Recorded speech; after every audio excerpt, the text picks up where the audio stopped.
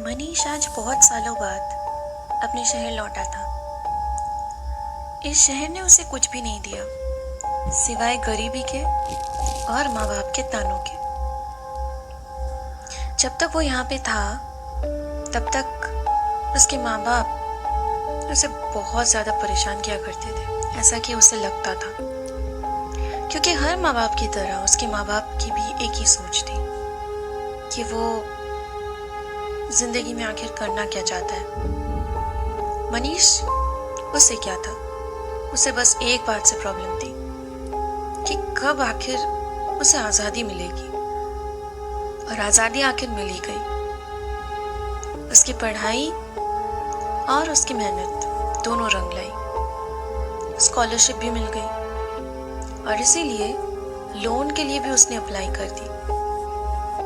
माँ बाप ने ज़बरदस्ती कुछ ज़मीन बेचे और फिर वो पहुंचा अपने सपनों की उड़ान लेकर किसी दूसरे शहर में पढ़ने के लिए। पढ़ाई लिखाई कंप्लीट की, एक बहुत बड़ी कंपनी में नौकरी भी मिली। अब वो 6 महीने में घर आया जाया करता था। तब माँ बाप का ख्याल थोड़ा बहुत रखा करता था। फिर धीरे धीरे उसकी इस शहर से मन भरने लगा और उसने सारी यादों को पीछे छोड़कर अपने आप को उस दूसरे शहर में ही सेटल करना ठीक समझा। जैसी सोच वैसी करनी। मनीष ने अपना सारा सामान साथ में लेकर और शहर में शिफ्ट होने के लिए अपने आप को मन बना लिया। मनीष के माता पिता उस दिन बहुत रोए।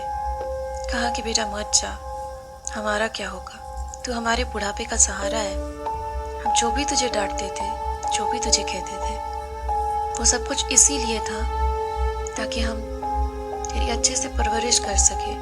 तेरी भलाई के लिए हम लोग करते थे। लेकिन मनीष नहीं माना।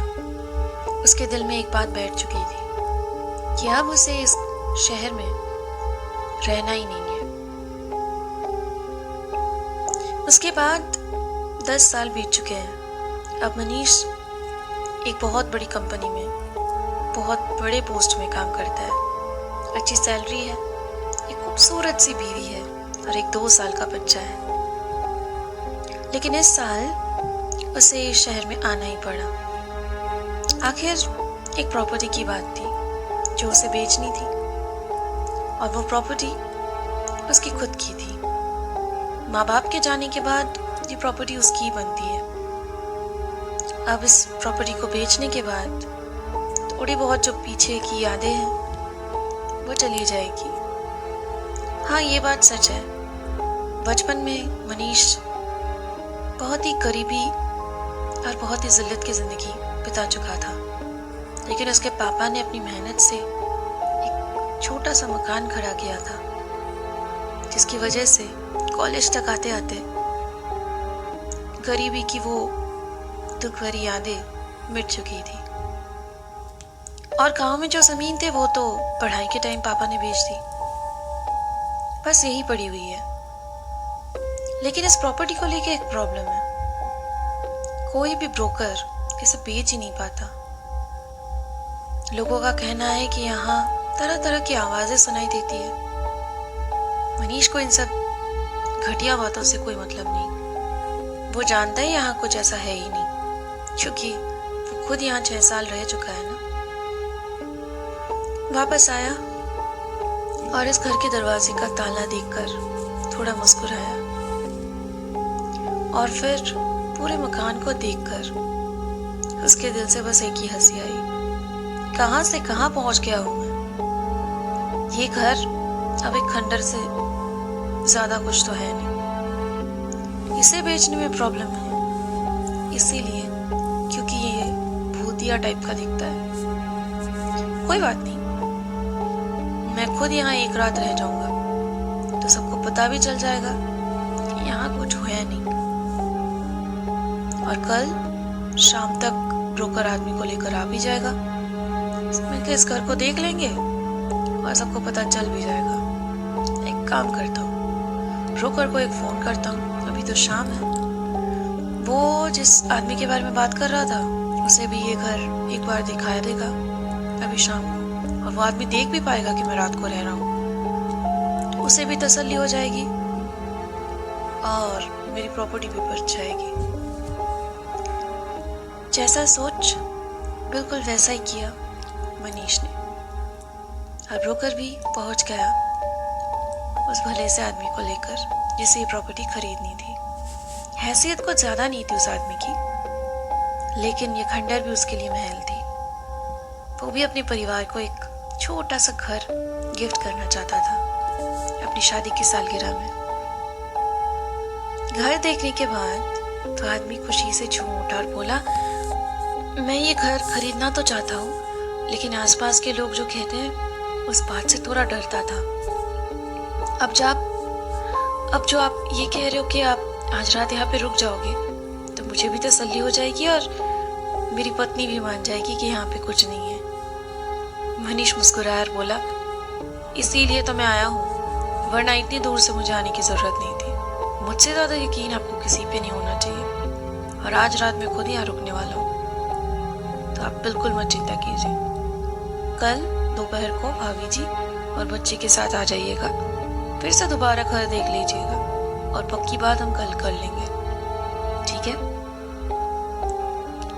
उस आदमी ने मनीष की बात पे हामी भरी और अपने घर के लिए निकल पड़ा। थोड़ी देर बाद ब्रोकर भी चला गया। मनीष मुस्कुराता हुआ दरवाजा बंद करके रात के खाने का ऑर्डर करके फिर बैठ गया। धीरे धीरे मनीष सोचने लगा अपने बचपन की यादों के बारे में। यहाँ बिताई थी उसने अपने 6 साल। ज्यादा उम्र में ही आया था, लेकिन फिर भी कितनी उम्र हुई होगी, 13 या 14 साल। तब स्कूल में पढ़ता था। डैड यहाँ से वहां दूध का ग्लास लेकर उसके पीछे भागा करते थे।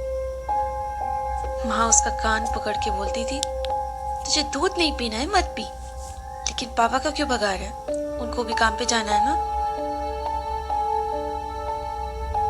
जब मनीष को बुखार हुआ था, उसके पापा ने सर पे हाथ रख के यहीं पे कहा था, बेटा स्कूल मत जा, बेटा स्कूल मत जा। स्कूल जाने पर अगर तबीयत ज्यादा खराब हो गई तो? और उसकी माँ वहां से बोल पड़ती, आपकी इसी लाड प्यार ने मेरी बेटी को बिगाड़ रखा है, फिर खुद ही कहते हो कि बिगड़ चुका है तू। मनीष मुस्कुराया। कितनी सारी यादें जुड़ी होती है,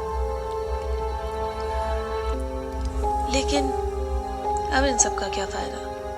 इन सब यादों को पीछे छोड़ के मैं बहुत आगे बढ़ चुका हूँ, और यादों को लेकर पूरी जिंदगी चलना बहुत मुश्किल है। एक किताब उठाकर मनीष पढ़ने लगा। अचानक फोन की घंटी बजती है। अरे फोन तो नेहा का है। हेलो नेहा। मनीष बोल पड़ा। थोड़ी देर अपनी पत्नी के साथ हंसी मजाक की बातें, बच्चे के साथ थोड़ी बातें, फिर उसने फोन कट कर दिया और सोचने लगा, परिवार एक अलग चीज होती है। एक साथ रहना, खाना पीना, अकेलापन काटने को दौड़ता है, लेकिन क्या करें, आज की रात तो यहाँ पे बिताना है। ये सोच ही रहा था कि अचानक दरवाजे की घंटी बजी। मनीष ने सोचा कि शायद जो फूड डिलीवरी बॉय आने वाला था शायद वो हो चुका है। भाग के दरवाजे की तरफ हो गया। दरवाजा खुला और खाने का पैकेट उसके हाथ में। पैसा देने के बाद उसने पूरी तरह से लॉक कर दी दरवाजे को, क्योंकि आज और कोई आने नहीं वाला है। अब वो बैठ गया सोफे पर, खाना खाया, पानी पी और फिर सोचने लगा दोबारा अपने बचपन की यादों के बारे में। पता नहीं कब सोचते सोचते उसकी आग लग गई और अचानक उसे सुनाई पड़ी, अजय सुनते हो? मैंने कहा था ना, बस इसे खाना खाना है और पानी पीना है, सो जाना है। तुम एक काम करो, मच्छर की वो जो कॉइल है ना वो भी लगा दो, वरना इसे मच्छर काटेगी। फिर अगर कुछ हो गया तो दूसरी ओर से कोई और बोला, लेकिन मैं कह रही हूँ ना, मैं तो हूँ ना जगी हुई, और कॉइल तो खत्म हो चुकी है, आपको तो पता है। कोई बात नहीं। और कॉइल से जो धुआं निकलता है, उस वजह से मेरे बच्चे को अगर तबीयत और ज्यादा बिगड़ गई तो आपको पता है ना, इसे दमे का प्रॉब्लम भी है। हाँ, वो भी तो सही बात है। मनीष की नींद ओझल हो गई। उसने फौरन अपनी आंखें खोली, इधर उधर देखने की कोशिश की। आवाजें तो उसकी, लेकिन ऐसा कैसे हो सकता है? ये शायद वहम है। अपने माँ बाप की आवाजें और यादें, ये दोनों समेट कर वो सोया था, तो शायद यही सब दिमाग में बैठ गया हो, और इसी वजह से उसे ये सब आवाजें और बातें सुनाई दे सकती है। ये सोचकर वो दोबारा सो गया, लेकिन इस बार आवाज और करीब से थी। उसे साफ साफ सुनाई दी कि कोई अचानक से बोल पड़ा, मनीष की माँ, हमारा बेटा कितना दुबला हो गया ना, लगता है अब अपना ख्याल ज्यादा नहीं रखता।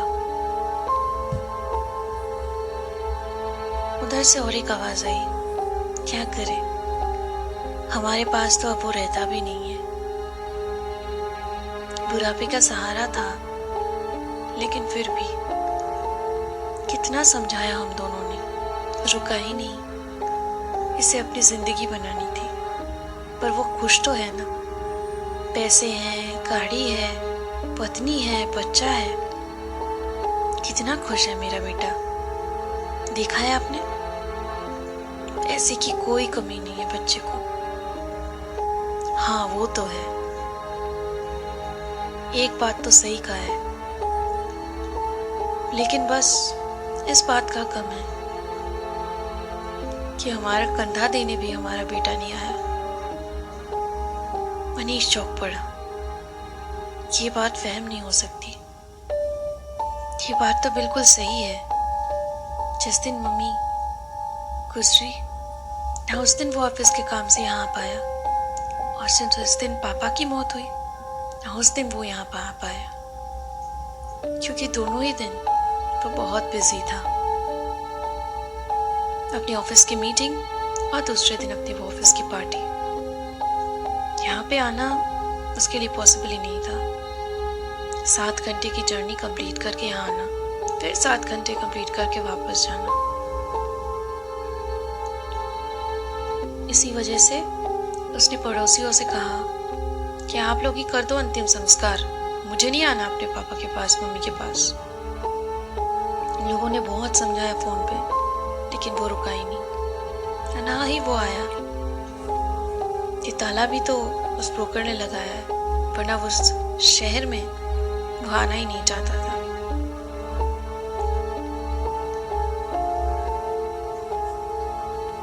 अभी इन सब बातों को सोचकर अपना दिल छोटा मत कर बेटा।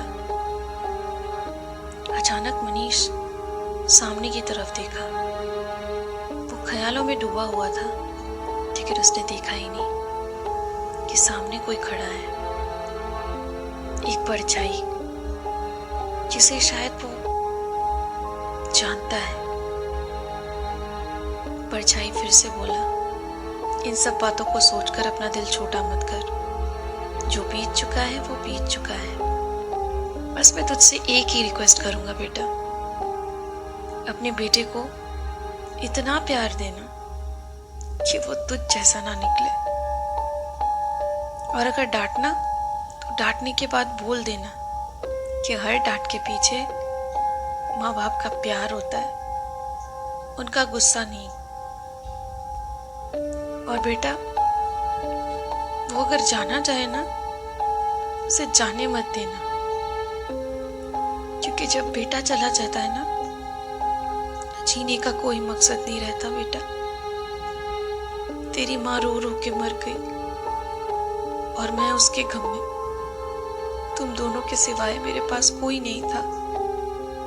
मैं नहीं चाहता कि तेरी मौत इतनी दर्दनाक हो, इसलिए तू अपने बेटे को सीने से लगा के रखना, उसे बहुत प्यार देना। अपने गुस्से में जो प्यार छुपा है उसको भी उस बात का पता कर देना। खुश रहना बेटा। मैं तुझसे एक और रिक्वेस्ट करूंगा, इस घर को मत बेच।